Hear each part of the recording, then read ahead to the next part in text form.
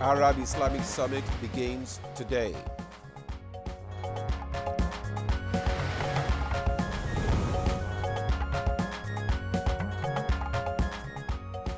Presidency responds to Atiku, says President Tinubu rightfully won the presidency.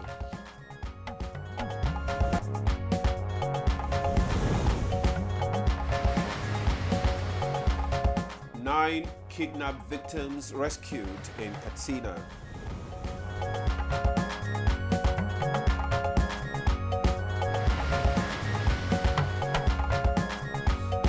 And on Good Morning Nigeria today, we shall discuss the role of alumni in developing institutions.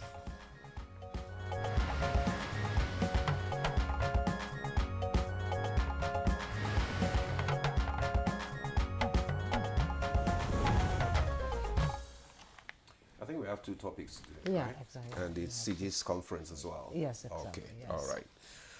All right, education has been described as one of the most expensive ventures in any economy.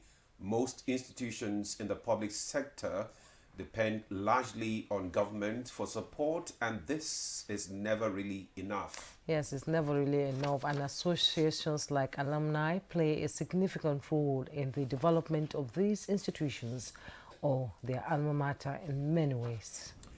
Some of these roles include sharing real-world experiences and insights to help develop relevant curriculum and programs in their alma mater.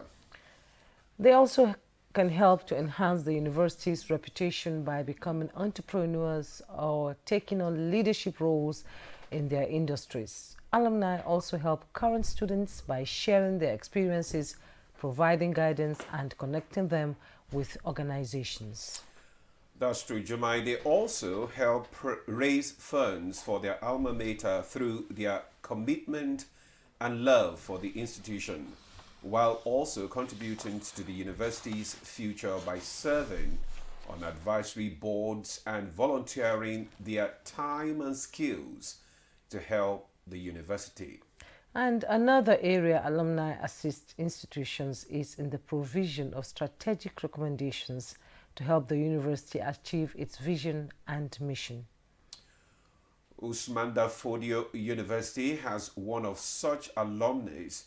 The school is now 49 and its alumni is making an indelible mark on the institution through awards and dinners to celebrate members who have contributed immensely to the development of their alma mater. We have some of them joining us shortly to speak on the role of alumni in the development of their alma maters. We shall also take a look at the Comptroller General of Customs Conference beginning tomorrow in Abuja. Welcome to Good Morning Nigeria. I am Ademola Adeoye. And I am Jummai Yusuf. Thanks for joining us on our first episode in the week. And in just a moment, we'll take a look at the newspapers for trending stories. But for now, let's join Comfort Ahmadu for the highlights of the morning news. Hello, Comfort. Good morning, Jummai and Demola. Let's look at some of the trending stories now. Now we'll begin with Arab Islamic Summit, which will start on Monday, and the Joint Arabic Islamic Summit, which is starting today, like we earlier stated. President Bola Tinubu is in Riyadh, Saudi Arabia, and is set to begin today, Monday. During the summit, President Tinubu is expected to address ongoing Israel-Palestinian conflict, emphasizing Nigerians' strong call for immediate ceasefire and the urgent need for a peaceful resolution. Nigeria will also advocate renewed efforts to revive the two-state solution as a pathway to lasting peace in the region. The presidency has reacted to a recent comment by PDP's presidential candidate in the 2023 elections, Atiku Abubakar. A statement by Special Advisor to the President on Information and Strategy, Bayo Onanuga, says Atiku's economic analysis demonstrates a significant misunderstanding of Nigerians' reality. The statement says while Atiku peddles his peddles his economic fantasies. He's yet to denounce President Tinubu's removal of fuel subsidy because he knows the reform is necessary and correct. Onanuga said Atiku's economic proposal failed to present a viable alternative to Tinubu's decisive reform, saying President Tinubu remains focused on leading Nigeria towards a prosperous future and addressing Nigerians' real challenge. On security, the Nigerian Army's 17th Brigade, Katsina, has rescued 9 kidnapped victims, including 2 nursing mothers from captivity, and handed them over to the state government. The victims, residents of Katsina State, were initially abducted from Sambuat local government area and held for 3 months in the forest around Kaduna State. Now, the transmitter line along Lokoja Gwagwalada has been vandalized. A statement by the Transmission Company of Nigeria says 3 towers along line 1 have been vandalized with 2 spans of aluminium conductor from the line 1 stolen, thereby disrupting bulk of power transmission along the route. TCN assures that it is still supplying bulk power through line 2, while efforts are underway to source replacement aluminium conductors for the 2 spans stolen from that line 1. Some residents of Calabar Metropolis, the 9th November 2024, will not be forgotten in a hurry, as the rainstorm which occurred that fateful night brought sorrow, rendering some people homeless and also destroyed the aesthetic outlook of parts of the city by uprooting ornamental trees, disrupting movement up till the next day. That's the news for now. Good morning, Nigeria continues with Ademola and Jumai after the break. Stay tuned.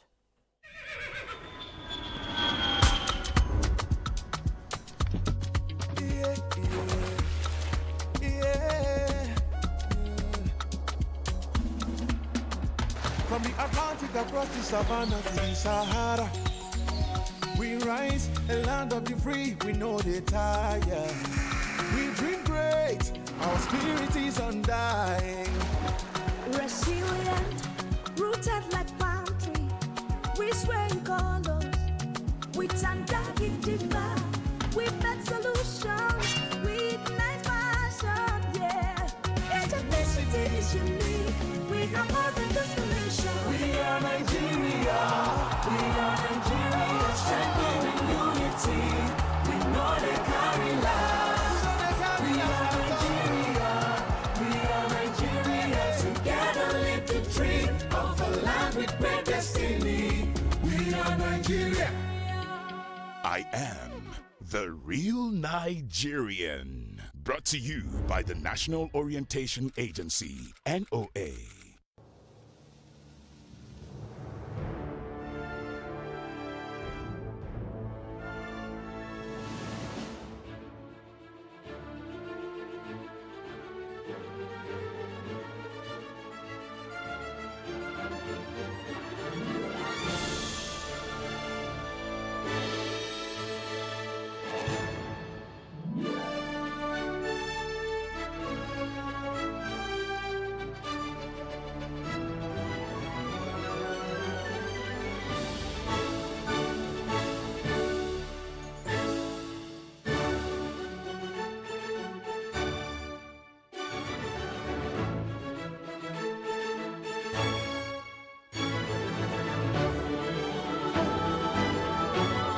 TerraQ, unwrap joy, unleash taste.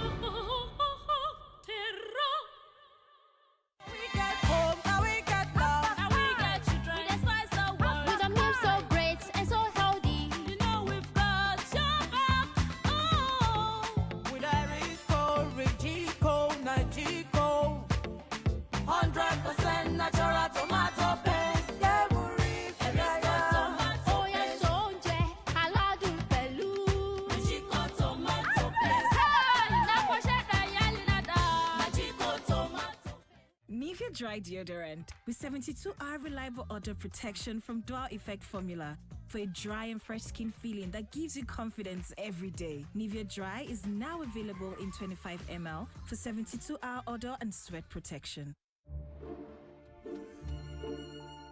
In a world hungry for goodness,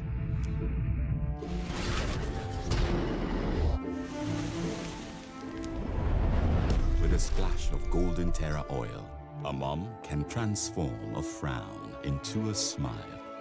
Make a lunch hour a happy hour. Change no thanks into yes please. Provide care when our nearest and dearest needs it most. And resolve family feuds without blowing a whistle. Providing tasty, nourishing family meals is all that matters. The world needs moms, because where there are moms, there is hope, happiness, and love. Golden Terra Oil, for pure love. No buy am. But why? No see say this big bull bag of rice no get the new big bull holographic seal. Not true. Introducing the Big Bull Holographic Seal Tape, your favorite authentic Big Bull rice, 50 kg and 25 kg. Now with holographic seal tape. This is to ensure you get the premium product from Big Bull Rice. Do not buy if the holographic seal tape is not on the bag or is broken. Big Bull Rice. Tasty rice nourished you. Imagine lovely meals you can cook with these ingredients. You spend heavily, but no guarantee of a tasty meal. Not making a right choice of seasoning cube can ruin your meal, money, and confidence. For a tasty meal, do not compromise. Choose Gold. Use Terra Gold for the rich, consistent taste your loved ones crave for. Good for soups, stews, and jollof. Terra Gold. One cube, endless possibilities. Thanks for staying with us. You're still on to Good Morning Nigeria. It's now time for newspaper review.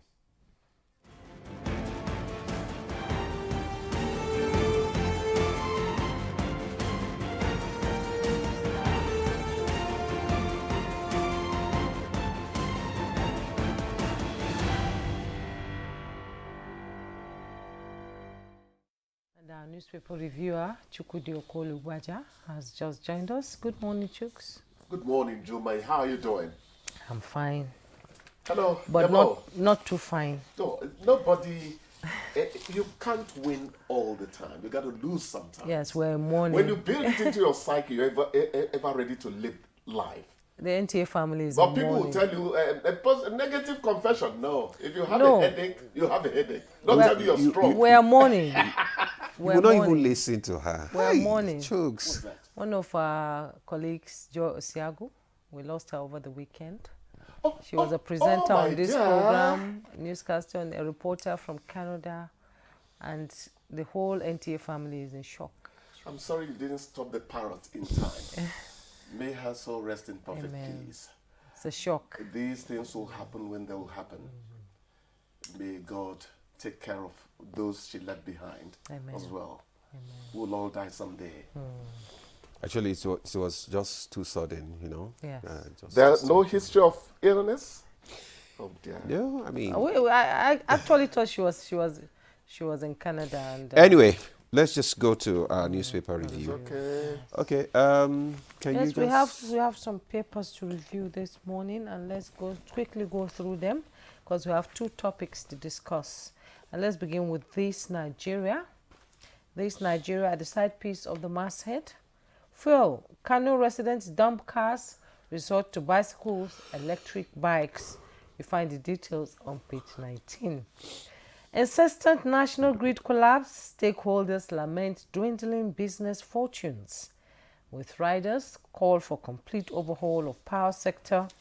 Alleged corruption. Sabotage as bane to stability in electricity. You want to know all about it? You go to page 2. At the side piece of the picture story there, you see NDLEA seizes tons of illicit drugs in 9 states, smashes cross-border drug syndicates, nabbed 6 kingpins. INEC stakeholders unite for peaceful Ondo Guba election. Details on page 20. New terror group. Acting Army Chief Oloyede storms Sokoto. Meet Sultan. Charges troop on the battlefield. And the picture story you see there on duty. FCT Minister Yeson Wike on inspection tour of the cadastral zone BO3 in Wuye district yesterday. Let's quickly go to the leadership newspaper. The leadership newspaper and above the masthead, NLC to embark on strike over minimum wage December 1st. Ondo, stay clear of election duties. IGP warns Amotekun. Details on page 9. And below the masthead, high cost. Travelers dump local agents, buy foreign tickets outside Nigeria. Find the details on page 7. Few judges giving judiciary bad name. That's coming from the Chief Justice of Nigeria. You find details also on page 7. And at the side piece of the picture story there, demolition traders sue Lagos, demand 3.4 billion naira damages. Details on page 6.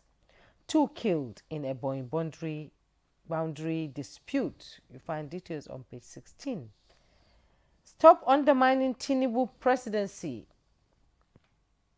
Stop undermining Tinubu presidency, tells Atiku. You find the details on page 6. And the headlines in the leadership newspaper, wipe out Lukarawa now. Northern leaders tell military. Says terrorists sacking security agents, local vigilantes, and troops pound bandits in Kebbi, Zamfara. You find the details on page 4. Okay, you're done. Okay, I have the Nigerian Pilot newspaper.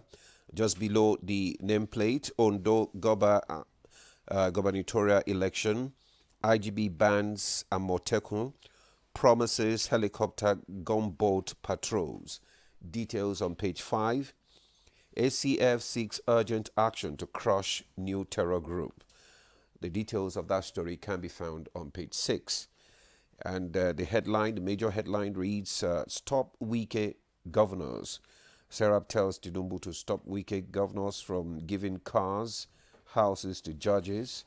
Says such practices clearly antithetical to constitutional principles. Proceeds that such acts of giving undermine independence of judiciary. And Serap threatens court action to compel Tinubu act should he fail to hearken to their call. Details of that story can be found on page 4. Trump's expected executive order attracts applause. Details of that story can be found on page 7. NLC directs members to proceed on strike over non-implementation of minimum wage. Police arrest 3 officers for alleged murder of Kwara Varsity students. Details on page 5. New Chief of Army Staff begs Sokoto communities to help secure state. Details of that story on page 7. Agency promises digital literacy for Nigeria in 2027. NDIC begins sales of landed properties, assets of defunct Heritage Bank. Details on page 20. NSCDC to deploy 6,000 operatives for Ondo gubernatorial election. Chooks. Demo, quickly, you didn't quite read this, but I find it interesting. Oh, which one? Fuel. Kano residents dump cars. I read it. Resort to bicycles. Yeah, I read it. And electric. I don't have that here. Electric bikes. This you read Nigeria, it. yeah. Very good. This is very good. Just as I was coming, I noticed that a filling station that was selling fuel for 1,150 naira has now dropped to 1,130. Who says if anything goes up in Nigeria, it doesn't come down? Market forces are beginning to set in. In fact, I am on my own fanning the embers of dispute between Dangote and the marketers. Then go talk through after at the end of the day over what fuel is going to be cheaper for us. I think it's a fine development. Well, it's a good development. Just that the beginning, the start of is always a tough time. It's like childbirth. It's usually a tough It's time. like childbirth. Do you know what childbirth? But immediately the baby's head comes out, I am told that the lady pushes out the rest rather easily. told That's you? what they told me. That's what they told you. Anyhow, a few judges give judiciary a bad name. I don't need to waste time on this. You know who they are. Spew them out. You have sanctions to deal with such judges. Spew them out. Stop engaging in media, bazaar. We're not interested in that. The very important one is the Lukarawa pen. And the good thing is that the people of the north are crying wolf quite early in the day. Remember when Boko Haram came and all that? Somebody was even credited with saying, if you fight Boko Haram, you're fighting the north. It has changed completely. And everybody is now aware that these people are an ill wind that blows no one any good. It's a wonderful enlightenment, awareness and all that. The security forces now need to get into action. They are sacking vigilantes. Sacking security. Sacking security. How dare they? That's what you ask. Well, that's the way they operate, you know. They hit and run, But I think it is long overdue. The northern leaders, it is long overdue for them to speak out. No, it's a good thing. Yes, it's a good thing for them to speak out. But it's not just about speaking out here. It's about educating, encouraging, the people that are there to, against banditry, armed robbery and all that, They need a total reorientation.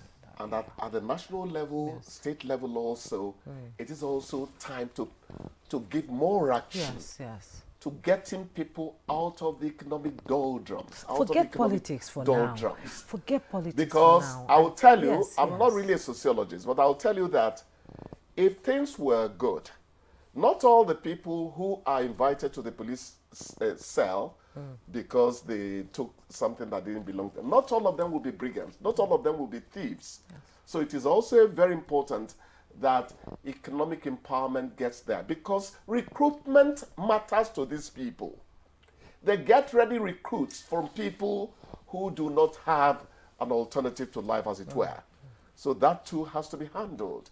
It is not a kinetic blah, blah, blah, blah, blah. It is kinetic and non-kinetic. Like I said, they should put politics aside and work for the people. Exactly. Put politics aside politics for now. And save Nigerian people from things that should not bother them in this century. Because I understand when the civilian JTF in Maiduguri began, the youths there said, no, we can't keep running away from ragtag Boko Haram people coming to kill. We can't keep running away. We're going to face them head on, and that was actually what saved Maiduguri. That's just it. Yes. If you don't do that out of cowardice, I don't want to die. People have to wake up. It continues forever. So people have to stand up and help the security forces be part of the fight. Yeah, I think the Chief of Army Staff was already on it. So thank you very much, Chuks. Thank you, my brother. For your contribution this morning. Thank you for coming on Good Morning Nigeria. We'll now take a break.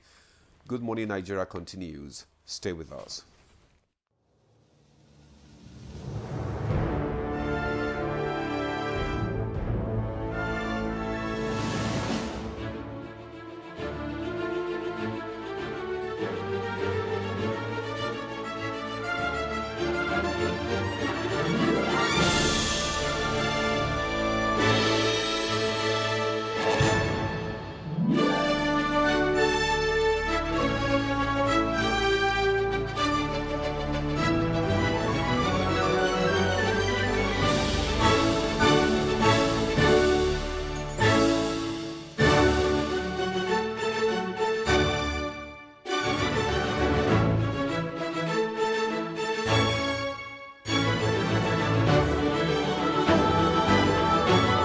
TerraQ, unwrap joy, unleash taste.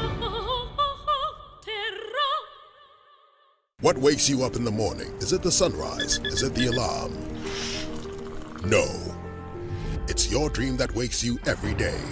It's what drives you like a powerful engine. That's why you start strong every day with the rich, creamy taste of Nescafe 3-in-1, carefully crafted from selected coffee beans. You're on your hustle, and you won't stop until you succeed. Start strong. finish strong.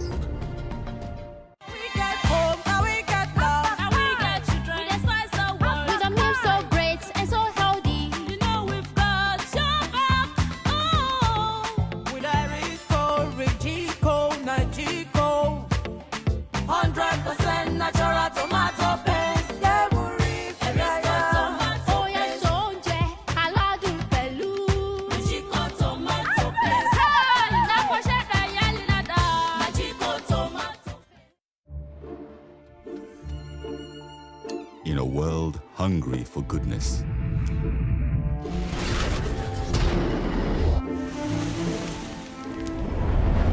with a splash of golden Terra oil, a mom can transform a frown into a smile. Make a lunch hour a happy hour. Change no thanks into yes please. Provide care when our nearest and dearest needs it most. And resolve family feuds without blowing a whistle. Providing tasty, nourishing family meals is all that matters. The world needs moms, because where there are moms, there is hope, happiness, and love. Golden Terra Oil, or pure love. The counsel of our fathers. My advice to these young people is please do not take us back to those harrowing days. You probably do not know what it is. Nigerian youths, let's build our nation together.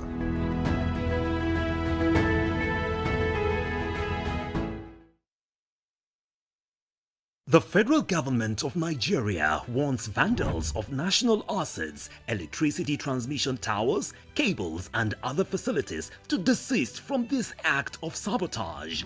Vandalism is a serious crime punishable under the law. Vandalizing electrical equipment will affect millions of Nigerians, including your loved ones. Remember that national assets belong to all of us, hence the need to protect them. Report all cases of suspicious movement around electrical facilities to security agencies. When you see something, say something. This message is from the Federal Ministry of Information and National Orientation in collaboration with the National Counter-Terrorism Center, NCTC, Office of the National Security Advisor. Nigeria means a lot to me.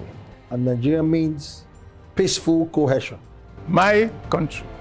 Yeah, we continue to pray, and then hopefully we will come to understand that unity of purpose, unity of living together. Our ethnic beliefs and background and culture is our strength. Ever since the amalgamation period of 1914 to date, about 109 years ago, the people of Nigeria live very peacefully with one another. I think diversity helps a lot to enhance robust development in Nigeria.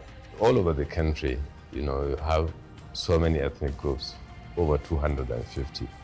That is enough to tell you that this is a blessed country, and that God has kept, together as one indivisible entity.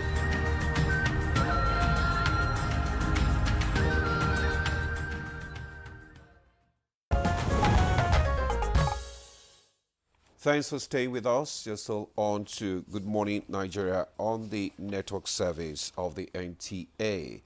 As a prompt for our first conversation on the role of alumni developing their alma maters, here is background report by Ibrahim Gunda. Alumni associations are important to the growth and development of institutions globally.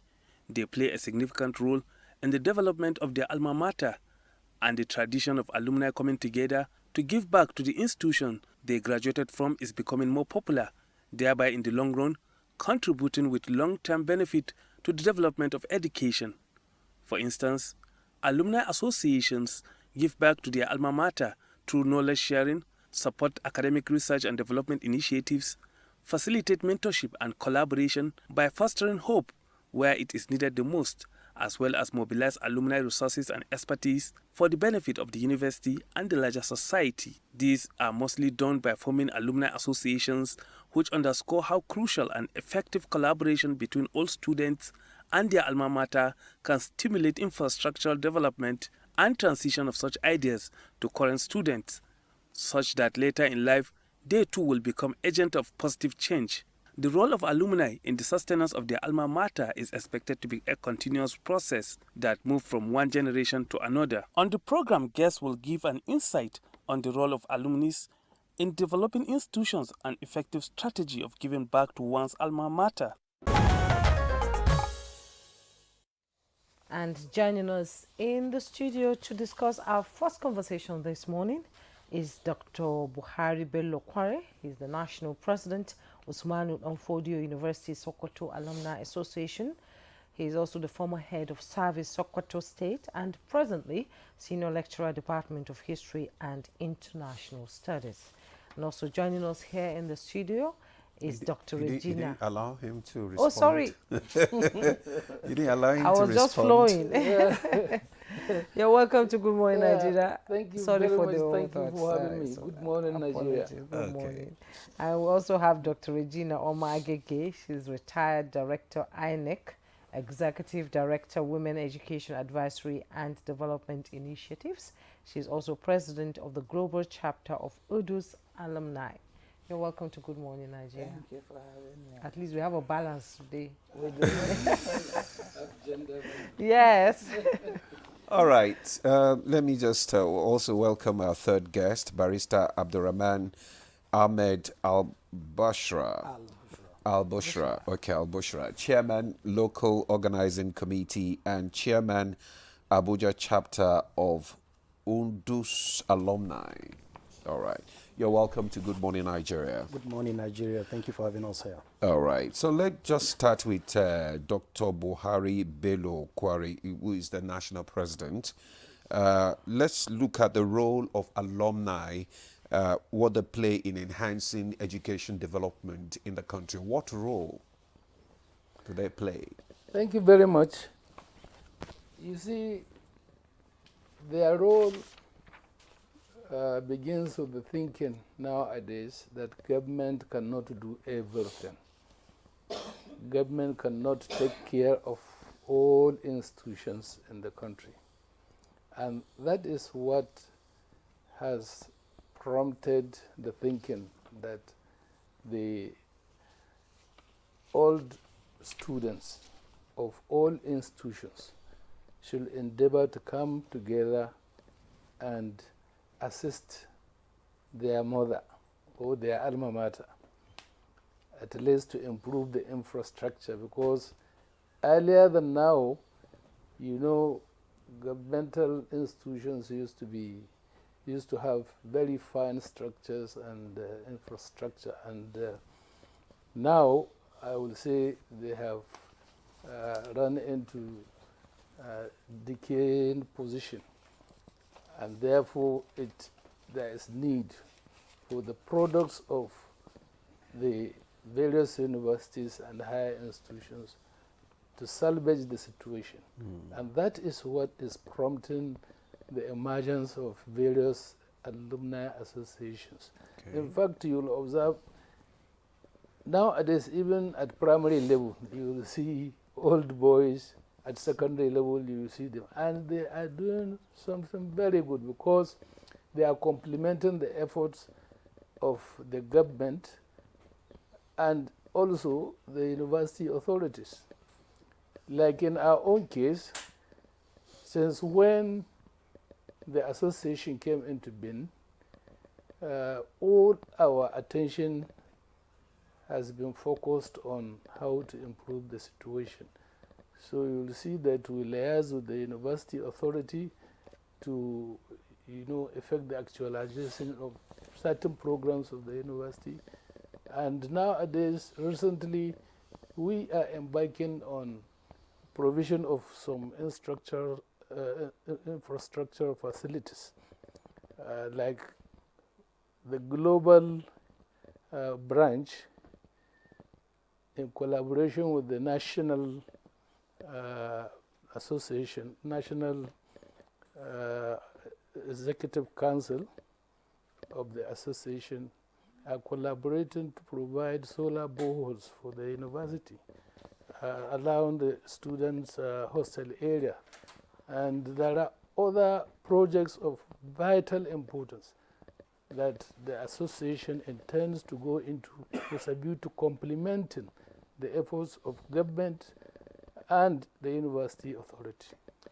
Thank you so much for your opening comment. We'll get deeper into as we get deeper into the conversation, we'll begin to find out what you are doing, because the alumni, they play a very vital role, you know, in supporting their alma mater. Their contributions is diverse and meaningful, and some of them go out there and sell the universities to other people. And you know, UDUS is one university that we hear a lot about, and it's a far away Sokoto, we say, but the name stands out when you hear, you know, Usmanu Danfodio University. Let's bring in Dr. Omar Agege into this conversation.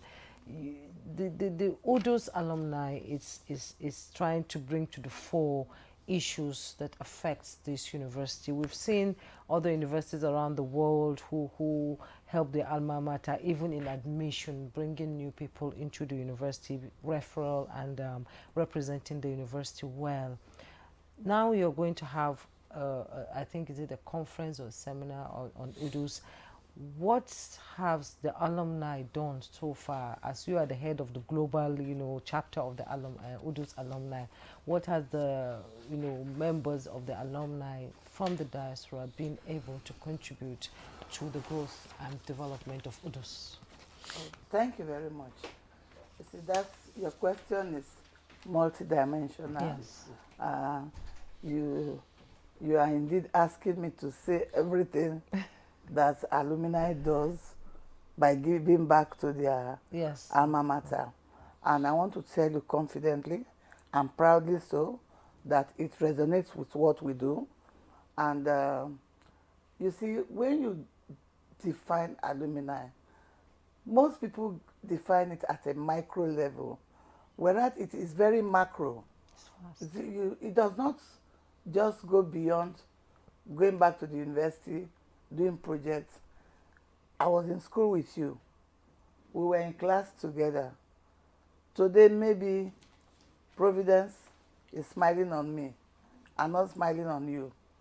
I should remember those good days when we soaked Gary together, and I should come to your rescue. When you did 001. Thank you. All these are parts of alumni activities. Yeah. Right? Maybe one of us is sick. You cannot just allow your fellow classmates to die. You have to come up. You have to rally around. I'll give you an example. Recently, we had a case in the Global where somebody had to do an open heart surgery. The message came suddenly, and suddenly we went into action. We raised the money. The operation was successful, and the person is alive today. It gives us pleasure that we did it. But why did we do it? Because we went to the same university. If we didn't go to the same university, we won't know each other. We won't have any need for each other. The connection will not be there. The connection will not be there. So giving back to the university is more than infrastructures you put in place in the university. The meaning is beyond definition. It's very elastic. You want to define alumni activities in so many, many ways. But at the Global, we try as much as possible to balance. Give back to the university, run around our fellow alumnus, do all that we can do to promote the name of the university. But what is very important is that anywhere you are, you have to fly the flag. I'll give you an example. You know, I am from Delta, and some people did not understand why I should go to school in Sokoto. Because the thinking was that, okay, there were so many good universities in the South, why would you go to Sokoto University? Sokoto University is not... And I said, okay, please show me one good university in the South. And somebody mentioned Ibadan. So I made sure that after my first degree, I went to read my master's at Ibadan. Mm. When I came back, I asked the person, but I didn't see any difference because I discovered that I had a very good foundation at University of Sokoto. So do you have another story to tell me? He said, you are not telling the truth. I said, but you see, you have to stop profiling. Mm. You have to stop profiling. A university, abilities are mixed all over the world. That is why when you do WAEC, the best candidates could come from a school that is not, people don't even look at. Yeah. So you see, your alma mater should be your pride. It should be a place you want to grow. It's like your parents' home, where you grew up. You are now opportune. Maybe when you were growing up there was no fridge in the house. You are now grown. You want to buy a fridge for mama and papa to use. Mm-hmm. That is the relationship. That same relationship you have between yourself and your parents should be the same relationship you should carry to your alma mater, because it's a family. It's a bond that cannot be described, you know? So whether you like it or not, you have to give to your alma mater in terms of your performance, your behavior, and the way you see your alma mater is very important. Because if I go somewhere and misbehave, they ask, where did she even graduate from? So could I have disgraced my alma mater? Yes. But if I fly the flag well, I have taken good news back home. I think that's all I'll tell you. Thank you very much, at least for your opening remark, telling us that it's not a micro, but it's macro. It's large. We should not just box it. You know, it's just, thank you so much. But let's look at other aspects also of the Alumni Association, the role of mentorship. Let me call on the barrister Abdurrahman now. The role of mentorship, I mean, how easy is this? You know, when we talk about mentorship, I mean, give us your experience. How can alumni influence education policy, mentorship program to benefit, you know, the students and also the just recently graduated students of the university? Well, thank you very much. Good morning once again. If you go into history, when the university was founded in 1975 with first set of 200 students, little did government of Nigeria knew that they were investing in a future that would define what Nigeria should look like. I can tell you for free, in between 1975 and today, statistics show us that Usman Danfodio University has produced over 3,000 lawyers. And most of them are making waves in the judiciary all over the world.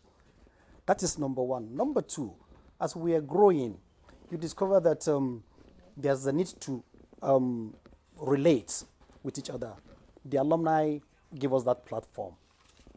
At every function, you meet new intakes, new people who have just graduated into the market. Yeah. And they need to know the terrain. They need to know how to navigate. Now, the National Executive Council of the Alumni set up a mentorship committee. Okay. And this committee has been working, you know, in collaboration with all the state chapters. As soon as you land in your new state, as a COPA, for example, we absorb you into the alumni situation, and then we give you, you know, a kind of platform to find a level growing field. So I think Usman Danfodio University Sokoto had given the federal government of Nigeria a perfect ROI, return on investment. Because look at all sphere of human endeavor, in politics, intelligentsia, in the economy world, in the banking, in academia. Today we have one of the most erudite neurosurgeon making waves in the world. You can keep counting. You know, I think even the product that has graduated from that university had become a kind of, you know, benchmark for its graduates. I want to be better than A, B, C, D, F, G, H. Because I want to ask, how do you identify your graduates, you know, in the outside world, for you to be able to mentor them? Very good. You see, this is the platform.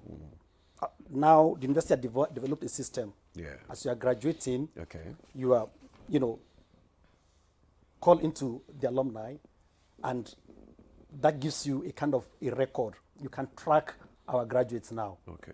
And there is this attempt to have a complete database of all the students. Okay. Don't forget that some of us, I mean, in this room, for example, there are some people who had left university from like 40 years. 40 years. I left university 37 years ago, 36. And then you can keep looking. So at the point in time, the statistics were not very good. But with development in record keeping today, we're trying as much as possible, working in collaboration with the alumni office in the university, which is a big department now, you know, to keep data of all the graduates in such a way that you can track them. And then now we're thinking through the national office, by virtue of the national president, to work in collaboration with NYSC, so that as soon as our graduates are hitting the town, we could know where to locate them, right from the camp. And that program will kick off next year, by God's grace, with the next level of, next set of corpus going to various states in Nigeria. So as soon as you're in camp, the branch chair, the branch executive will locate you and then grab you, so that at least you know you are home away from home. I don't think there's any part of Nigeria today that you will find a graduate of Usman Danfodio University. In fact, in my time, I think it is the most detribalized university in Nigeria. People from all walks of life, from all nooks and crannies of Nigeria, are there, including places you don't even believe could live as far back as there to Sokoto. And then look at... What about those in the diaspora? That is why we have the global branch. Okay. The global branch are in track of, you know, they keep pinching their alumnus, so that you have people to relate with. And beautiful as it is, technology has given us edge now. So it's easy to track each other now. Yeah, it's easy to track each other now. I know she talked about profiling, and I was smiling because when we were in the UNIMAID, somebody came in from another state in the southeast, and he came to read mass communication. I actually said, it's going to be a walkover. Within 6 months, he was, Omo, sis, this is tough. I didn't know that it is that tough. You know, so how do you tell people outside Sokoto State that UDUS has a lot to offer?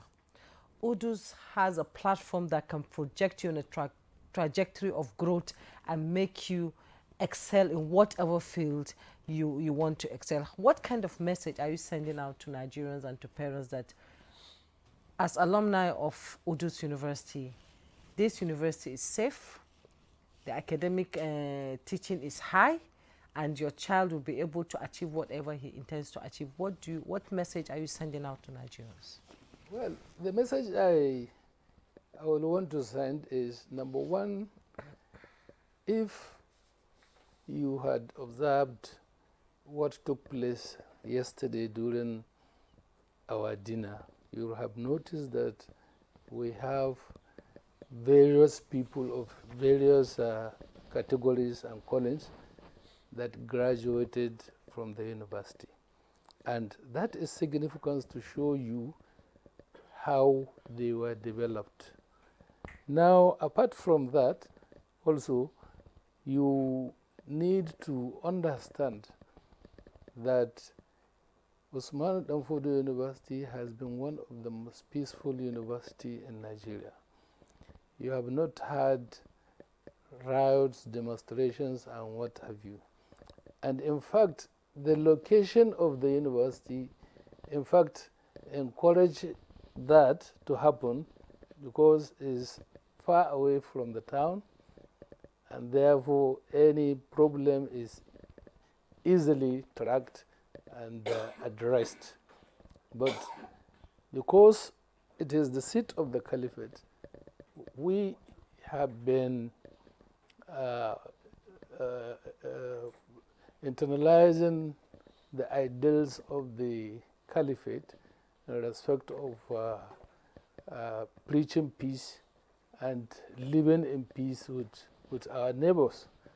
So actually anybody who has the intention of coming to a university where he will enjoy peace, he should choose Usman Danfodio University, Sokoto. Because actually it is the home of peace. And you will also trust me that the nature of the quality education being imparted in the university is one factor.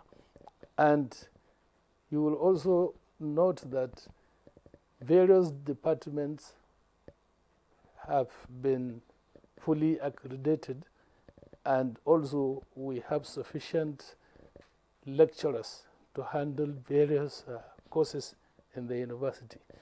And that is why you see students trooping to the university to study.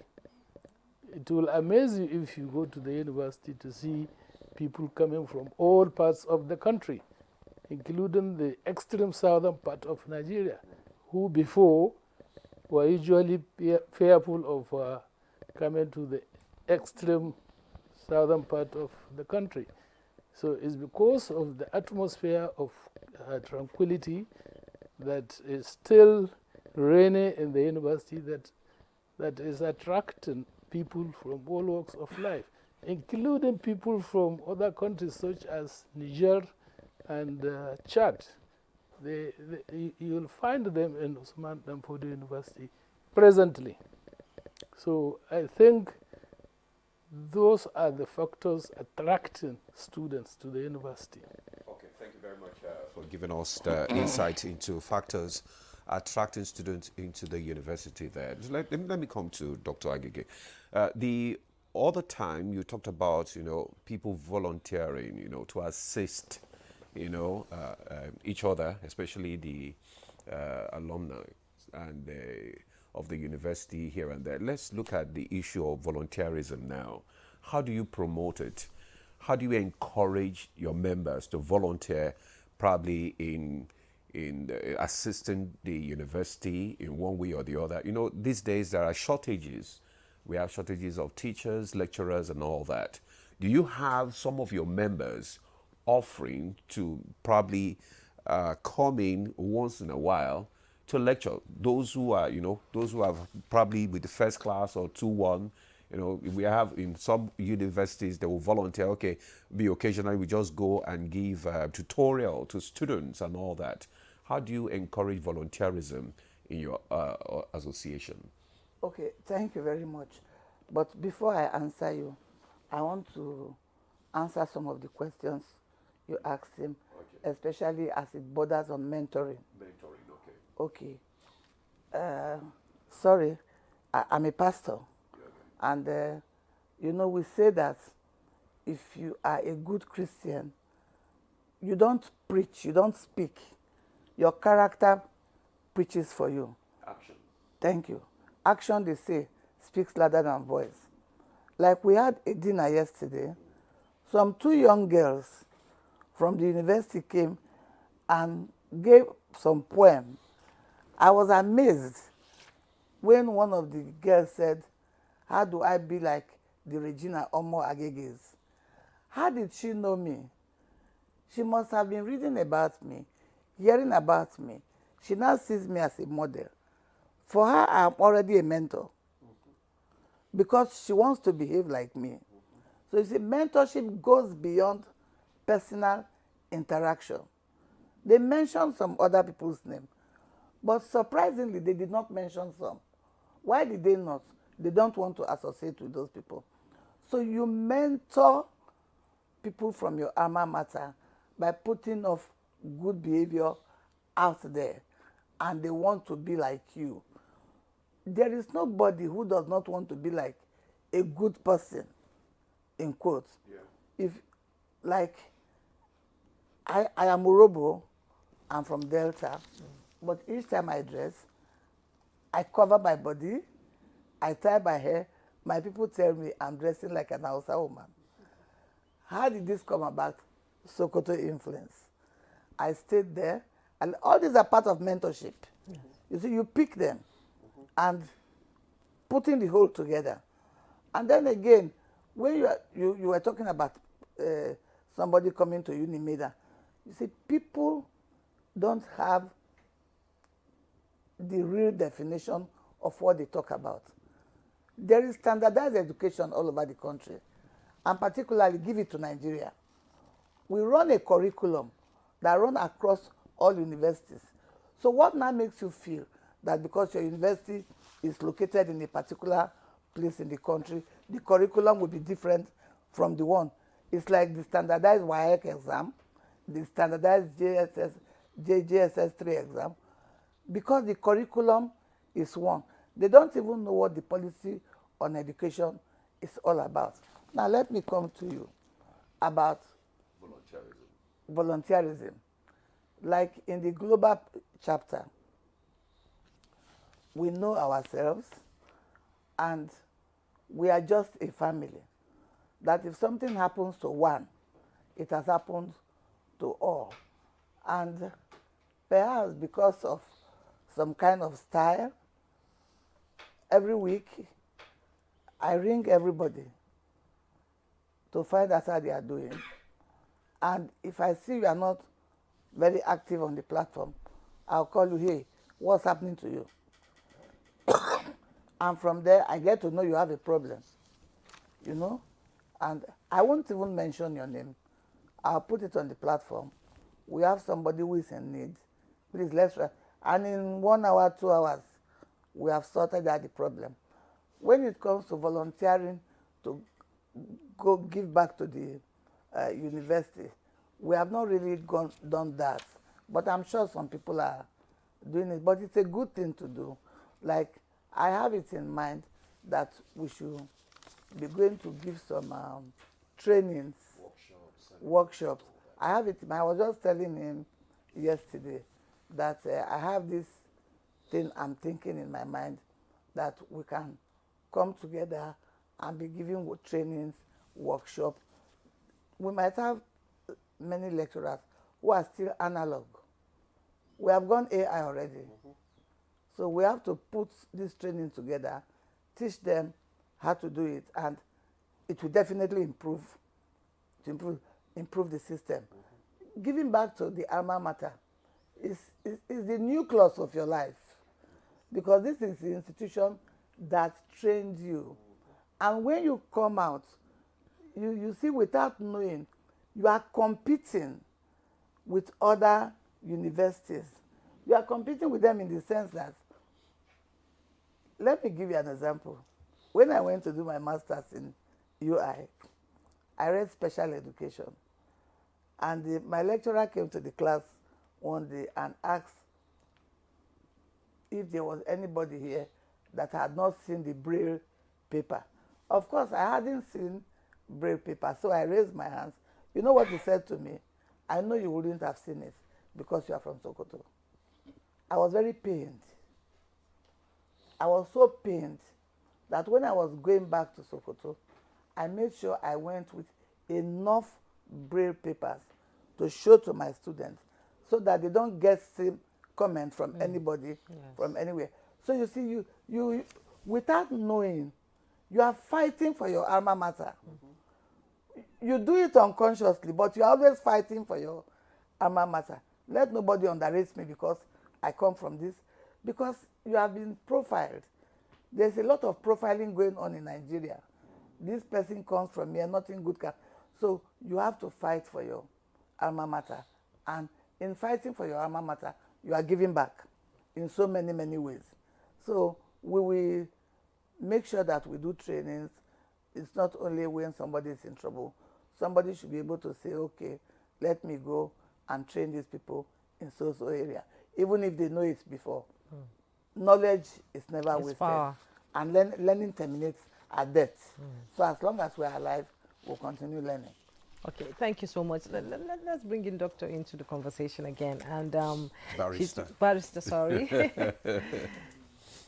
So we talked about standardized curriculum across the country, all universities, and things are changing. The education system is changing, evolving around the world. You know, education is now geared towards skills, AI, technology, robotics, and all that.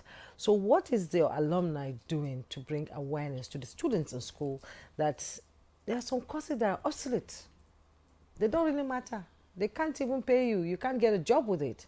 So how do you begin to educate them and encourage them that they need to gear towards a course that will offer skill at the same time and be able to push them further to achieve their dreams. What are you doing as an alumni to raise this awareness? Thank you very much.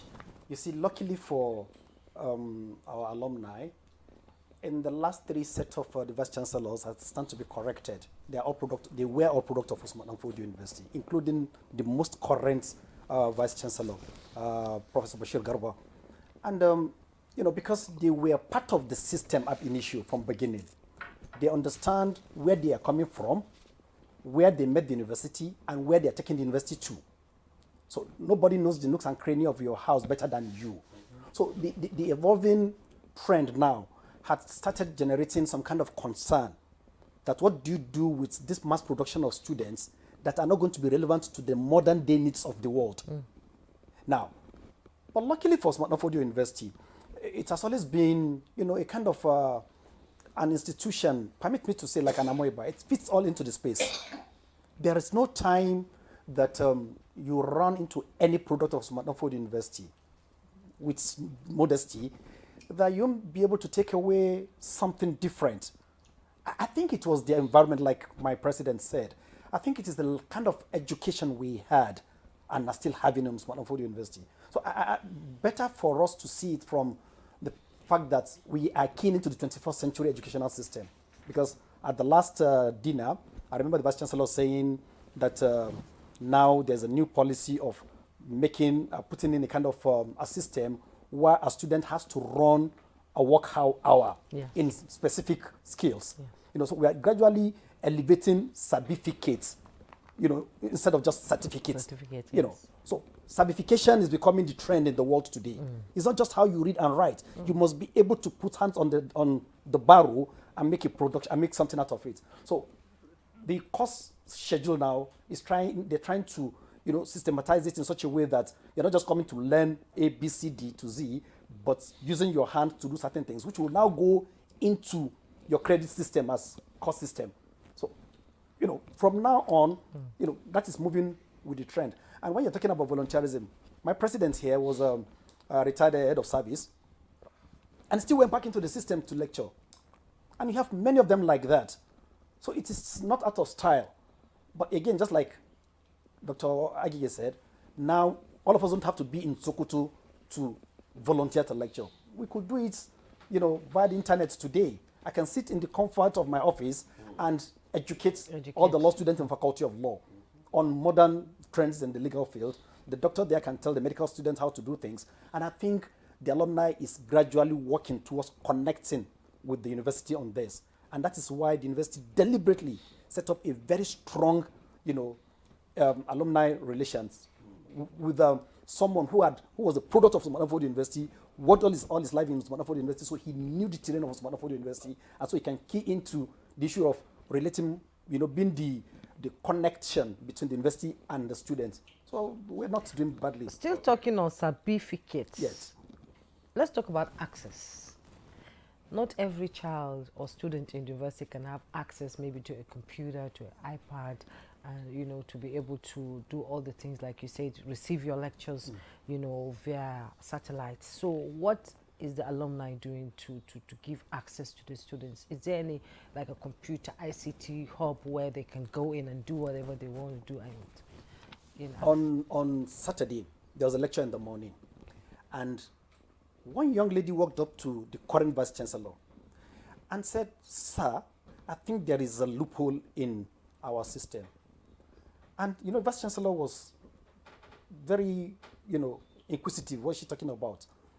And she said, we're not doing anything about our students that have physical disability, because it's time we allow them to key into something practical that will give them leverage, not just their paper certification. And the vice chancellor said, "You know what? I'll set up a committee." He took her number and name and said, "I will drag into that committee." This is something that happened on Saturday morning. And she's a student? She was an ex-student. She's a copper. Okay. And she's not disabled. She doesn't have any disability, sorry. But her own thinking was that, okay, why can't we do this? And right then, the vice chancellor said, "Please give me your name and telephone number. I'm setting up a committee. Since this is your idea you are meeting, we're going to put it on the platform. So that is one novel area. Now, but again, we're talking about access to these facilities. We can't give it all, but we can start sowing a seed. We know that some of our brothers and sisters in diaspora have access to all these things. Oh, the president is here, she's here. This interaction is to learn from each other. So we can look into that aspect too and see how we can collaborate with organizations across the world. Like Naseni, they are producing iPads. So yeah, that is a beautiful idea, and we take it home and look at it and see what we can do with it, so that at least we can encourage, a kind of keying into the 21st century learning process. And we thank you very much for that seed just sown. All right. Thank you very much, Barrister Abdurrahman. Well, let me come back to the national president now. And he said something about certificate, that we should not depend on certificate alone any longer. The ability now should be focused on. And that takes me to the policy of government. So how can alumni association influence education policy, in this country and reform in Nigeria along that line? Well, that is what we have been doing actually, and what we did yesterday and day before yesterday can be counted as one example of how we can come together, aggregate our views, and champion the views for the consumption of not only government but the larger society. You will see that at a time when there is no interaction, even your family members may not even know what is happening to you or what you intend to do. But the way you are assembling people and hearing their views and prompting them to behave in a kind of way that will be helpful to the growth of the society matters. And you will see that any time there is intention to change policies of government, the stakeholders are always invited. And I do believe all these transformations are happening with the inputs of not only university functionaries, but also voluntary associations like ours, the Alumni Association. And if I can comment about the issue of mentoring that you just spoke about. In fact, just last 2 months, we engaged a consultant to study how entrepreneurial skills will be introduced for the benefit of products of Usman Danfodio University and even students that are still in the school. And I'm sure by the time we finish fine-tuning the strategies to adopt, that will see us requesting students to key into that. And I know that will be helpful. But certainly, any time there is an opening by government to address certain issues, I'm very sure our association will impute its inputs into whatever is being addressed. So I think in respect of that, we are waiting and we are utilizing that opportunity to make government know our views about certain issues, especially that directly affect our students and our present members. Okay, as the conversation on this topic begins to wind down, nothing is perfect in life, so you must have some challenges. I'm still going to say so that others can comment on it too. What are the challenges Odus alumni is facing in the move to implement whatever strategy you have to improve and develop the school further? Well, problems are like babies. the more you nurse them, the more they grow. So as such, you need to look at the issue of challenges from different angles.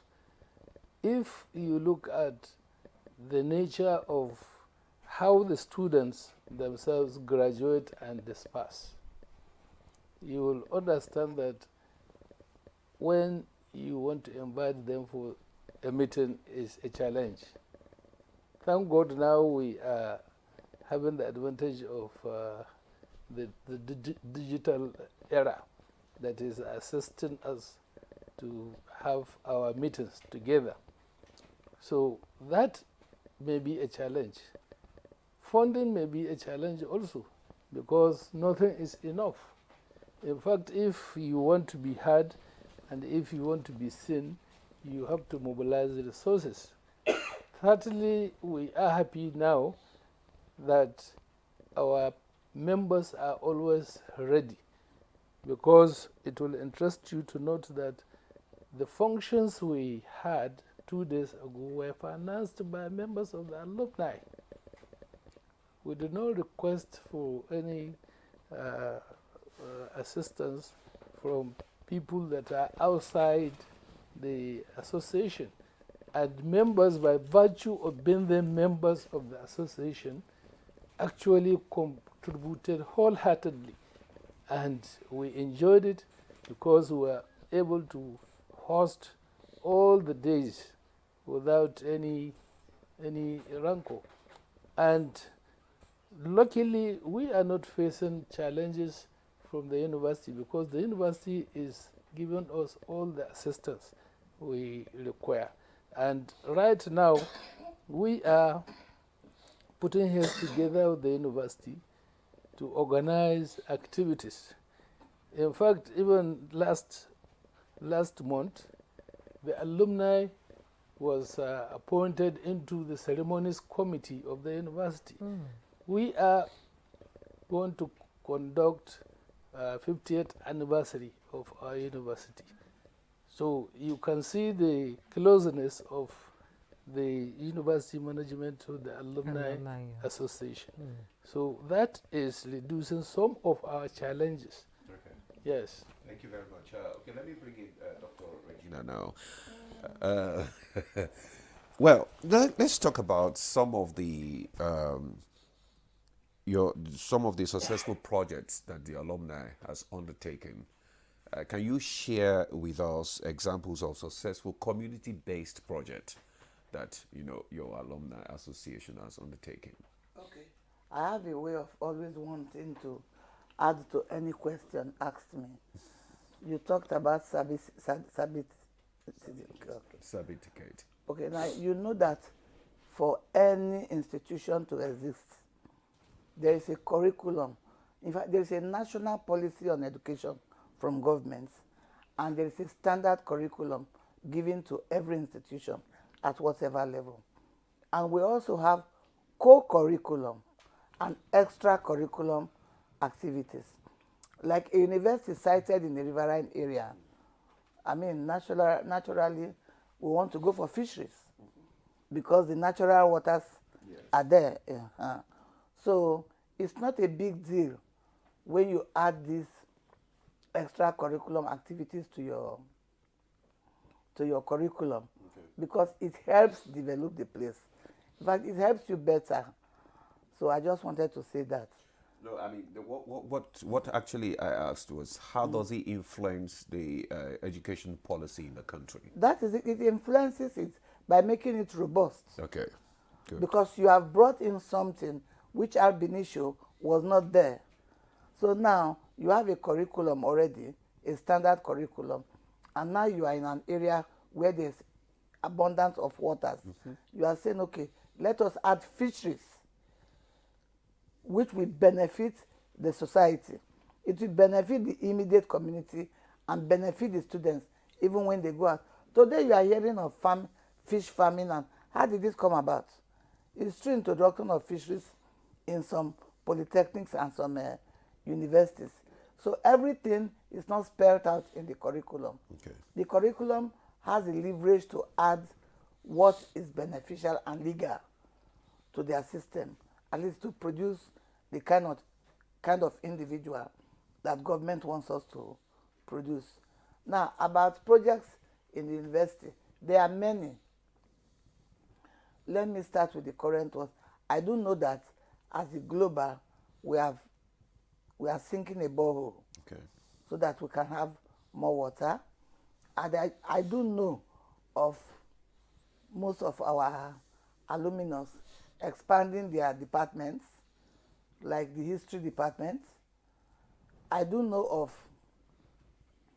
some extra building being built. So there are so many physical structures that are being built in the university. A lot is being done. We are thinking of doing more. The local community where the university is situated, Yes. is there any effort by the Alumni Association to encourage, the communities there to get involved? I mean, to help the community, number one, and also to encourage, the youths in the area, for education and all that. They have always helped them. Even far back as when I was there, they've always helped the local community and encouraged the youth. In fact, even the students do help them. So they've lived very well. They've lived very well together. I can remember most of the youth being engaged by the university students. They pay them, and I remember the university extending projects to the community. That has been done long ago. I left the university in 1985. That's a long time. That's a long time. I know, Barrister Abdurrahman, you want to add something to it. I saw you, nodding. Because, when you're talking about the influence of the university on immediate community. Yeah, the immediate Very community. profound. I remember very well back in my time from 85 to 1990. Yeah.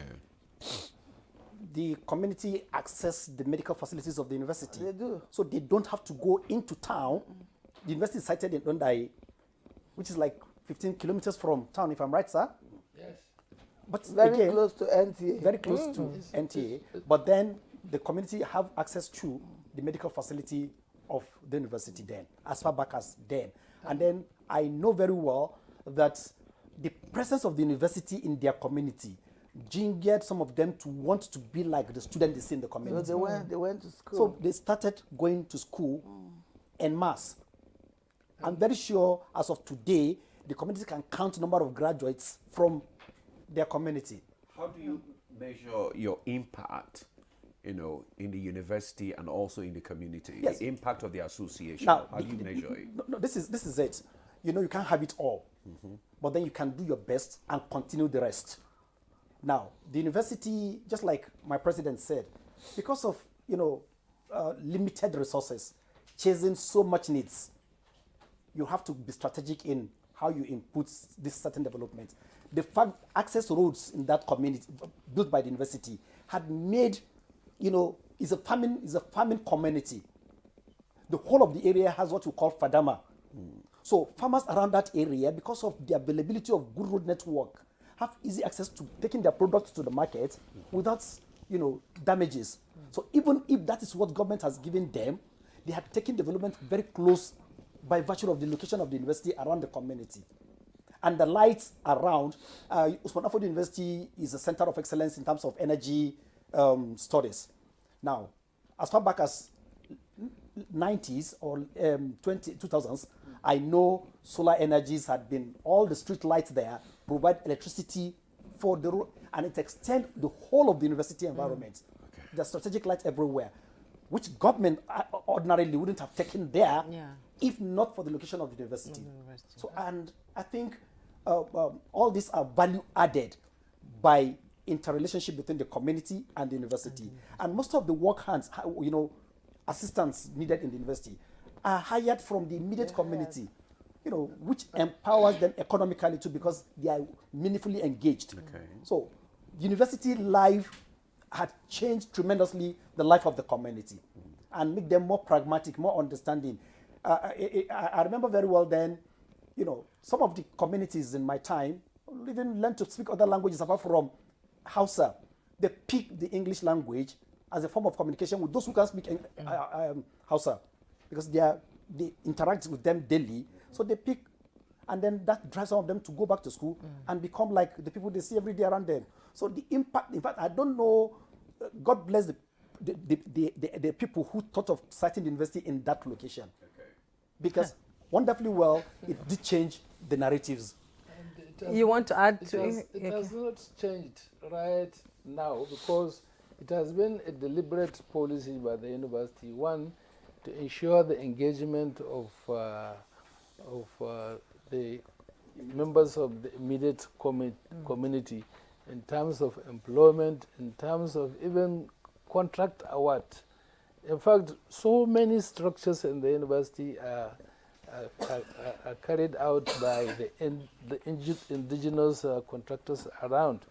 And you see, immediately you go to Usman Danfodio University now, you will observe that the youths are blending into the academic community by assisting the students and also picking up various petty trading businesses around, and even being employed in various departments as staffers. I remember even in my department, there is a student who is a butcher.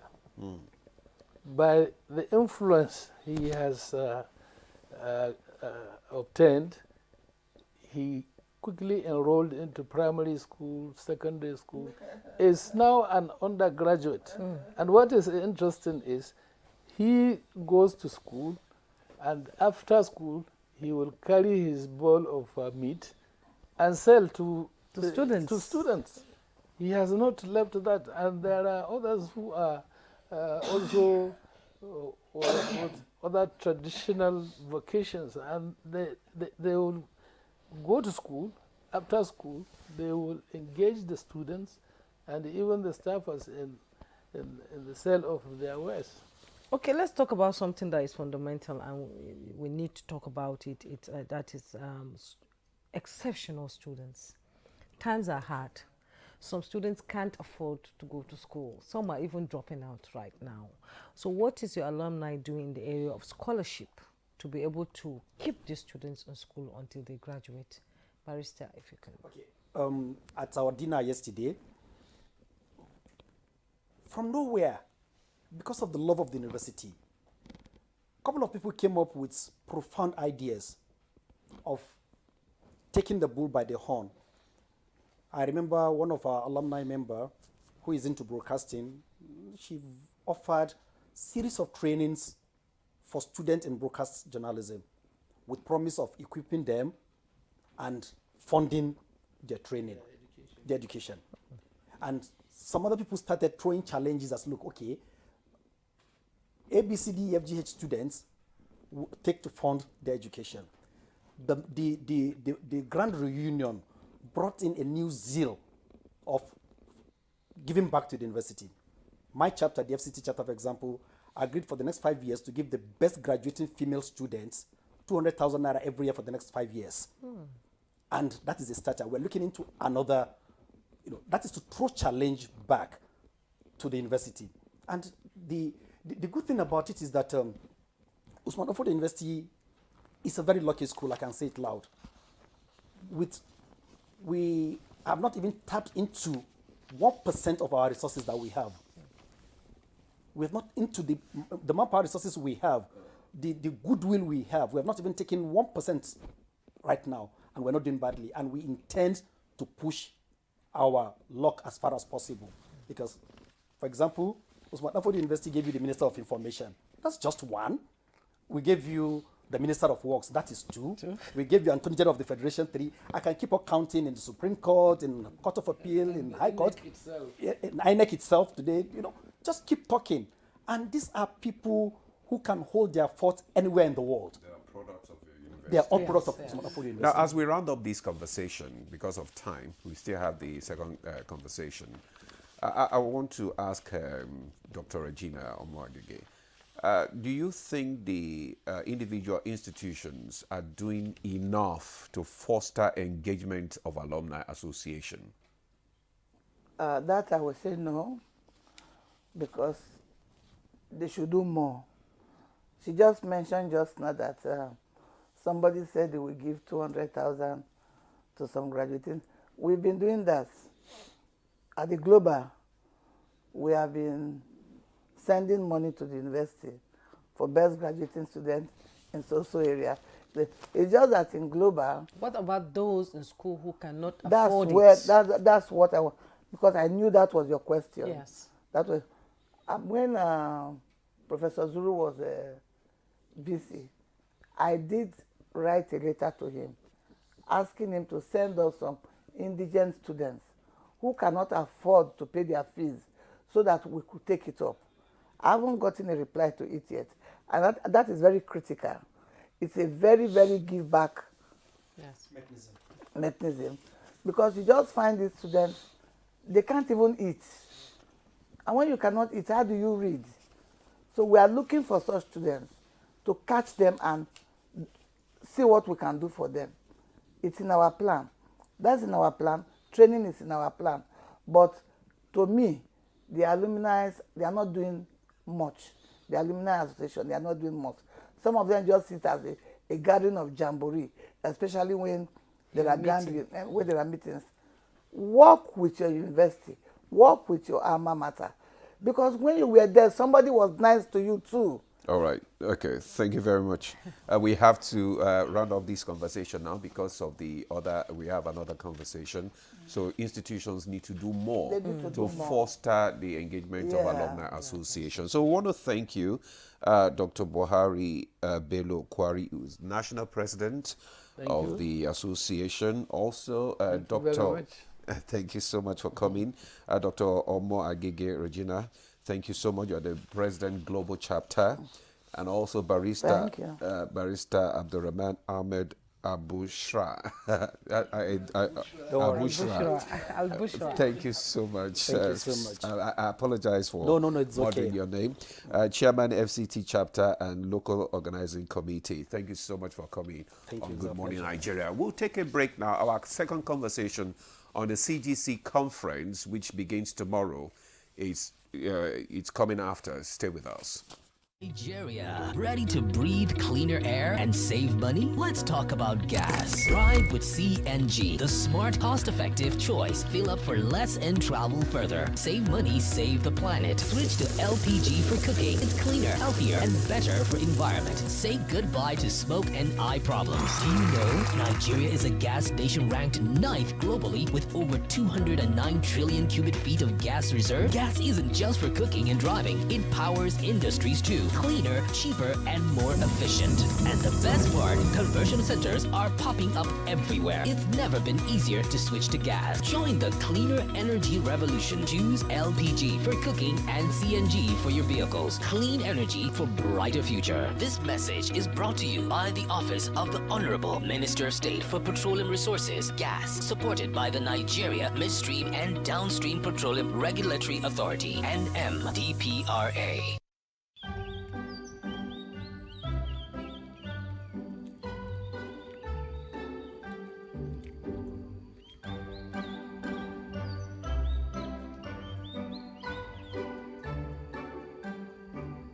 Hey Eve, come and see the cool sales in here. Everything's on discount. Yeah, I saw it already. But you know what? I've been thinking we should focus more on making things than just buying stuff. What? You mean we shouldn't go for these awesome... No. Hear me out, Nkechi. We are always chasing after new toys, upgrading gadgets, and buying things we don't really need. But what if we use that money to create something special? Like what? Anything! Instead of getting another fancy pair of shoes, we could start our own cool business together. You mean we should become entrepreneurs? Exactly! We could use our smart thinking to make something awesome for people. We might even make a big difference in our neighborhood. You know what? You're right. We can learn a lot about money too. Awesome! Let's be the heroes of our own story. Together, we can make a big change and break free from just buying stuff all the time.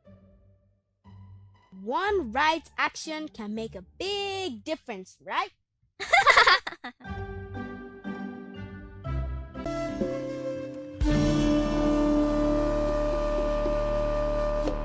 I think Amaka should just move out of the house. Yes. No. Standing out of the house is not the right thing to do. Oh, there you go again with your sentimental family stuff. Baby, if our aim is to stop this affair, it is best achieved under our roof. You do something terrible, and you'll be acting innocent. What are you going on about? Don't ask me that question again. You couldn't even control yourself in the presence of our visitors. What are you accusing me of, woman? My son, I don't know how serious you are with my daughter, but there's something that needs to be done urgently before you move any further. Anything, just anything, just say it. I'm ready to do anything. There is a spell that needs to be removed. A spell? Family forever, the story of our lives.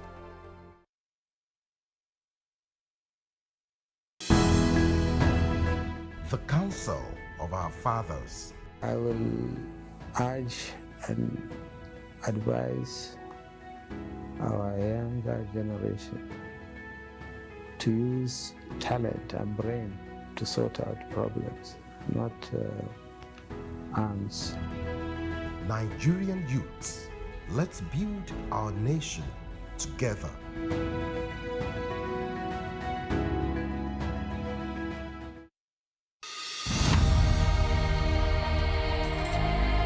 You have to move from the point where you protect and defend your religion to a point where you also recognize the rights of the other person, of the other religion, and protect it.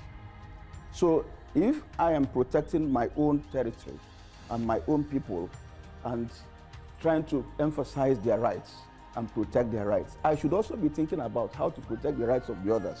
Both Islam and Christianity recognize and defer to God, and both recognize the temporariness of the life of this world, and that ultimately we all go back to God for the day of reckoning, when everybody will render an account of his life on this temporary abode.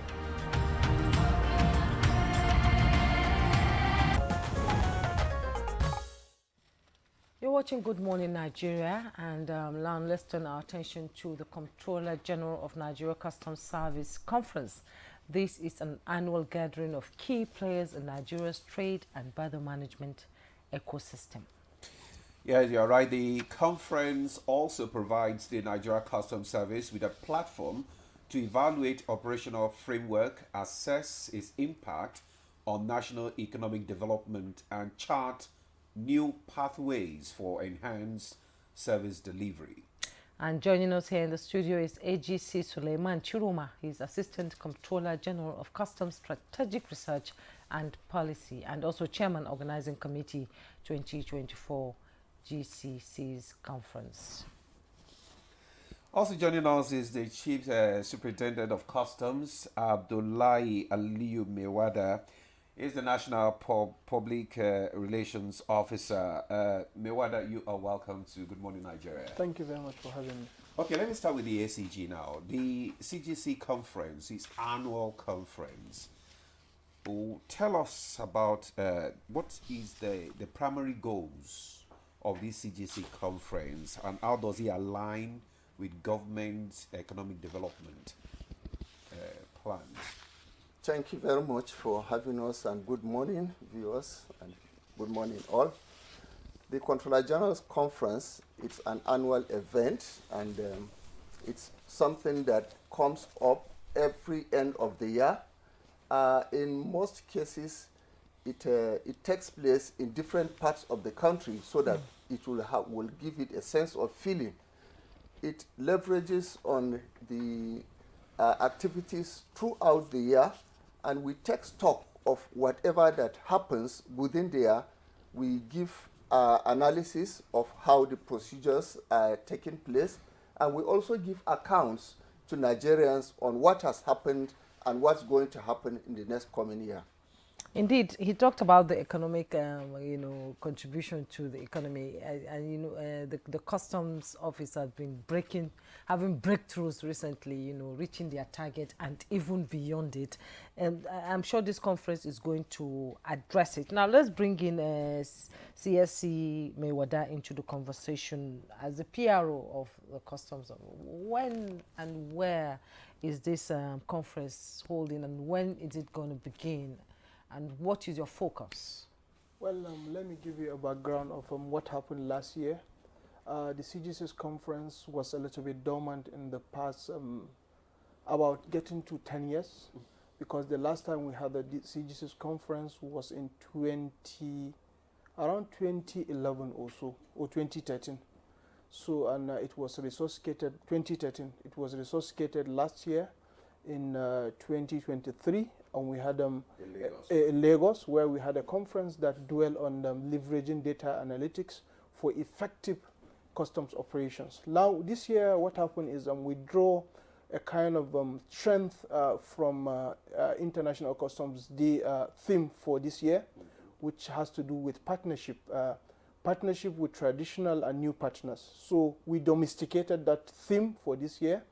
And in customs, that is in Nigeria Customs Service, this time around we are looking at the role of partnership, that is engaging traditional and new partners for a purpose. And that purpose is what? One is how do we make sure that our processes are more effective, efficient? How do we relate with our stakeholders? How do we tap on partnership, on stakeholders' engagement to achieve what, if you decide to clap with one hand, you cannot achieve it.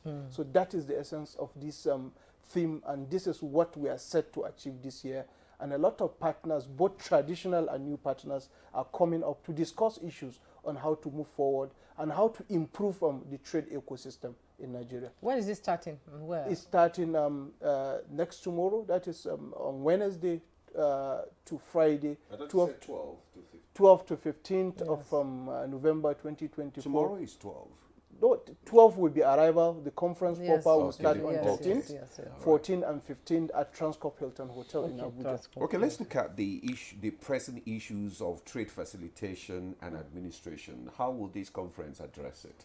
Well, first, you talk about the issue of trade facilitation. Now, we are bringing on board partners that we have collaborated to kind of initiate and implement some of the policy of the Comptroller General of Customs in terms of trade facilitation. In the last few years, 1 year or over a year of the leadership of the CGC, we have come up with issues that has to do with trade facilitation. The issue of advance ruling, which has to do with somebody, you have to make it prior to importation of an item, you just make a kind of declaration, and based on that, a value or classification will be given to you. It's a process that we have started. We have the AEO, which is authorized economic operator. It's also a trade facilitation tool, which means you are giving a compliant trader upper hand for him to have seamless movement, a VIP treatment in the port, come in, have a kind of a seamless movement of your goods to a destination in the port. Before, we used to have what is called fast track, which is just a quasi form of AEO. But now we have a better platform, which is authorized economic operator. We have also launched, which is in collaboration with the federal government, that is Federal Ministry of Industry, Trade and Investment. We have the National Trade Facilitation Committee, and there is TRS, that is Time Release Studies, that was launched in Tinkan Island Port. Very soon the report will be unveiled. And the essence of time release studies is a scientific way of knowing now what are the process involved from the beginning of the process of clearance to the end. Okay. What are the process, what is the time required for you to import and exit those items from customs. So the studies is scientific, and that scientific study will give you an insight. Where do customs fail in their responsibility? Where do other agencies also fail? Where do stakeholders fail? So across the value chain, based on that, we'll be able to know where are our faults and how to improve and to make things better. Okay, thank you so much. ACG Chiroma, how is the custom, keen into technology for swift clearance of goods at the point of arrival, because there are a lot of complaints that it takes a long time to clear goods from, from the port to their destination. So how are you keen into technology? How is custom yes, to make it easier. Yes, technology? yes, I know. How are you keen into technology to be able to do that? Actually, the Nigeria Customs Service has engaged into an ambitious program of a 20-year start-up program whereby the modernization regime has kicked in, led by trade modernization managers. It's going to provide all the state-of-the-art technology that is needed in modern customs procedures. Okay. We are going to have scanners, we are going to have trackers, we are going to have seamless, paperless environment in our working relations. We are going to have a single window whereby everybody will be on a single platform, such that the importer, the exporter, the stakeholder, everybody will be seeing each other. There will be a handshake, and it's technology driven. Our borders, that is the land borders, are going to be manned from aerial surveillance, and that is using the satellite technology. We are moving into the geospatial intelligence era, and so many things are coming in to make things smooth and easy for customs operations. And that is the technology that is coming very soon into the Nigeria Customs Service, of which we have started. If you follow up on customs matters, you will hear that we have just launched one of our platforms called Bodogu. Bodogu is an indigenous platform developed to enable a seamless and much more efficient system whereby you declare your goods and you clear them easily. Okay. And it has started in a pilot place at a PTML in Lagos, and very soon is going to be extended to all over the Federation. We are also digitizing other agencies like clearing agents, which is called freight forwarding. We are digitizing other stakeholders that are using customs platform, so that they don't need to come to the custom office for anything whatsoever, so that the interface will be fully digitized. And those are the era the Nigeria Customs Service is facing. Okay, I know, okay, just like the PRO said, the CGC's conference has been off for some time, like a period of 8 years. But I know before then, there have been annual CGC's conference and all over the years for almost 10, 15 years. How has it impacted on the, let me say, on the nation's trade and eco-border system? Okay, just like he said, it has been in limbo for a certain number of years. Take, for example, the last year that took place. There was a stakeholder engagement, and all arms that have to do with clearance, border management were all there. Problems were brought out, analysis were made, and solutions were proffered. And I will assure you that this time around, you are going to see something different. What we discovered during the last conference has been analyzed, and the Controller General, none other than himself, is coming out to profile what has taken place within this past 1 year. Okay. What has happened from that last annual conference to now, and what measures we have taken to rectify the complaints, the anomalies, the envisaged loopholes, and all that. And he's going to give account to the Federation. And that is the difference between last year and this year. Okay. And this year too, we are going to take stock of whatever anybody has to say, whatever customs have observed, and we are going to implement it after the conference. Okay, let me bring in CSC Mewada. All these things we're discussing here, I'm sure is going to be part of the conversation at the conference. So who is attending this conference and where are they coming? And one other thing is, what do you expect to see after this conference? Well, in the area of implementation of... Well, to build on what my boss have said is, number one, during the last conference, there's what was called Continental Declaration. And so many issues, bullet points were identified. And this conference, after the opening ceremony, we are starting first with reviewing some of the promises we have made. Have we achieved those promises or not? So, and the CGC, as stated, will be the one to have a recap of what happened last year and the progress we have achieved from last year to today. One. Two, you made mention of what do we expect to achieve. Now, if you look at the content of the conference, we want to look at, even within us, we want to look within. How do we have coordination among us? If you have a department called FATS, Finance Administration and Technical Services, you have HRD, you have ICT modernization, which was just recently upgraded to a department. So you have those. How do they cooperate, coordinate among themselves to achieve what? Operational effectiveness. Then the kind of stakeholders you are inviting. We have traditional, we have what's called new partners. Traditional partners are those partners we have been relating with for over decades, over a century, let me use this word, before my coming, and after my coming, they will continue to relate with them. So look at the likes of NPA. You know, those are traditional partners that we have to work in tandem together with them. Now the new partners, we realize there are new partners that are coming on board. We need them to move forward. For instance, the SMEDAN. SMEDAN, we realize even the AEO operation, you need to look at the small and medium enterprises to give them that kind of leverage to be able to facilitate their trade. With that, you are also improving in the economy. You look at the people like healthcare. NDLA are substantially traditional partners because drugs was a little bit removed from customs activities. But you have seen you make arrests. The custom have seen. Yes, we arrest and hand over to them. Yes.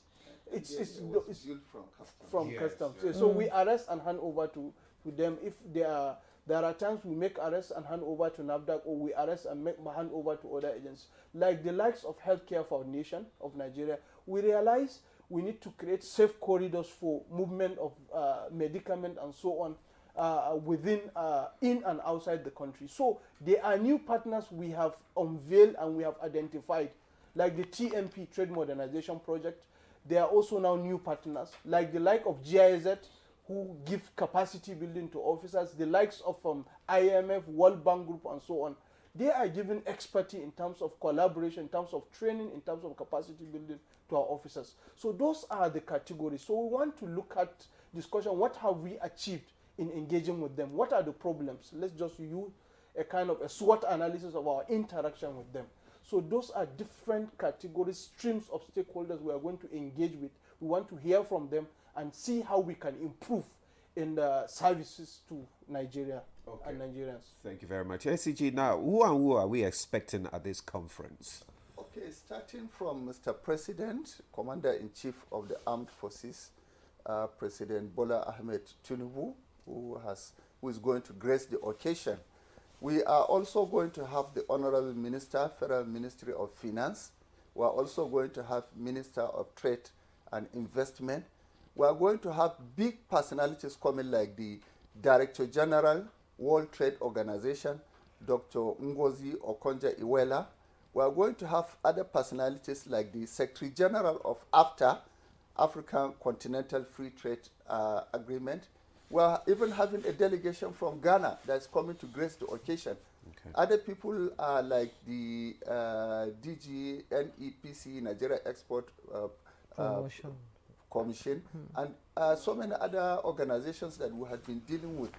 So many other personalities from our stakeholders are engaging with us, like the importers, 11 PLC, that is the oil company, like British American Tobacco, like some of our excise companies that are coming that are paying huge amount of excise duty are also going to be part of it. So that's an array of who are going to attend the conference. Okay, let's talk about the challenges, you know, you're currently dealing with in your quest to protect trade at the country's border, because we all know how porous our borders are. Yes, definitely. Well, let me say it, I have said on different forums that our role is to suppress smuggling to the barest minimum. We cannot eliminate or eradicate it completely. Throughout the world, we have to suppress it. Now, in the quest to make sure that we have improved in our anti-smuggling activities, like what you have stated earlier, I was in China for an inspection, factory acceptance test for non-intrusive inspection. One, when we say non-intrusive inspection technology, we talk about scanners. The first set of scanners will be coming. We are hopeful they'll come within this year because they have finished manufacturing. We have done all the radiation tests, the penetration tests, all the tests we need to see by ourselves whether we are okay with that to be imported, to be shipped into Nigeria. So the first set of scanners, we have 6 scanners that will be coming. We have F600 scanner, which is a fixed scanner. We have a mobile scanners that is coming. Then we have air cargo scanners that are also coming. Okay. 4 air cargo scanners. So we have 6 that will come out of 67 that will be provided by New Tech company in China. So we have, and based on that, they have promised that they are going to set up a kind of a company, a place for training and also a maintenance part in Africa, here in Nigeria, here in Abuja, or any other suitable location. They are going to do that because of the quantum of scanners we're bringing in now. So if you have non-intrusive inspection, 1, there will be trade facilitation. 2, things that you cannot detect in your what you call 100% examination will be detected easily, and you facilitate trade. Those are the issues we are doing to see if we can reduce and mitigate the rate of smuggling. Now look at our borders. We are trying to come up with them. It's not always coercive, always force. Sometimes you have to use persuasion. Sometimes you have to communicate effectively.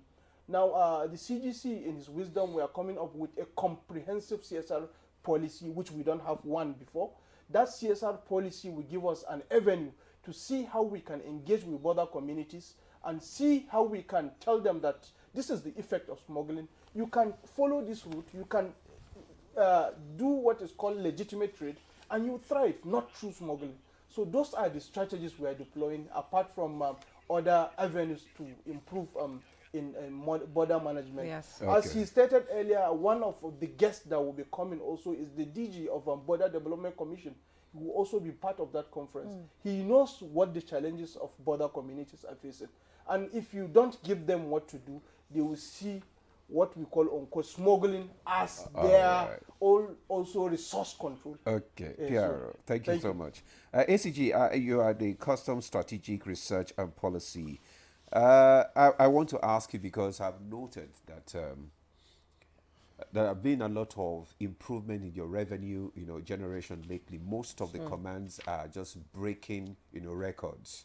Like we just, I think, and just lately, is surpassed the 1 trillion, target, which is just a record. I mean, it hasn't done that before. That command has never had a 1 trillion before.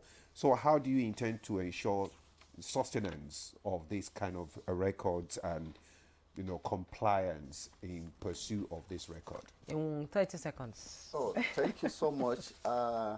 With the coming of the new CGC, Bashir Adewale Ajeli, MFR, he has come on board with so many programs, and he has his own programs that he's implementing, and most of it are the ones bearing fruit. The PRO has listed some, and those are the ones that make trade easy. It also facilitates a faster thorough flow of cargo. And customs, knowing that we had been given target, we kept our eyes on those targets, and we are working towards it. He's going to give a very big surprise announcement at the conference, and is going to tell the extent to which how these programs are working. Just like the AEO program we are bringing in, the TRS time release study he has talked about, we have also done the advanced ruling regime, and all these other programs that are coming. He has just given orders on multiple alerts just recently. He has also talked about the border areas, how congested, how touts are intruding into our jobs at the border areas, how other agencies we can cooperate with them and make sure that there is a seamless operation at the ports. And all these activities culminated in the high revenue yield that we are seeing, as well as the compliance level we are trying to achieve so far. One who is expected at the conference. Yes, I mean, are we invited? Media personalities are definitely part of our all partners. They are also new partners in such a way that we are building stronger and deliberate partnership, which is the thematic core of this conference, to engage our traditional and all partners so that we can achieve better together. I said on a lighter note, the interviewers and we are in black, we are in white. Is it deliberate or intentional? No, actually, we lost one of our colleagues. Sorry for that. So SCG Suleiman Chiroma, Assistant Comptroller General of Customs, Strategic Research and Policy, and Chairman Organizing Committee 2024 CGC's conference. Thank you so much. We wish you all the best at the conference. We thank you so much for your time. Thank you, Jumai. And CSC Abdullah Alunmi Wada, National Public Relations Officer, Nigeria Customs Service. Thank you very much, and sorry for the loss, and we extend our condolences to entire family of NTA. Thank you so very much. Thank you. And that's Good Morning Nigeria for today. Thanks so much for your time. Join us tomorrow for another interesting topic. I am Juma Yusuf. And I am Ademola. Do have a fabulous day.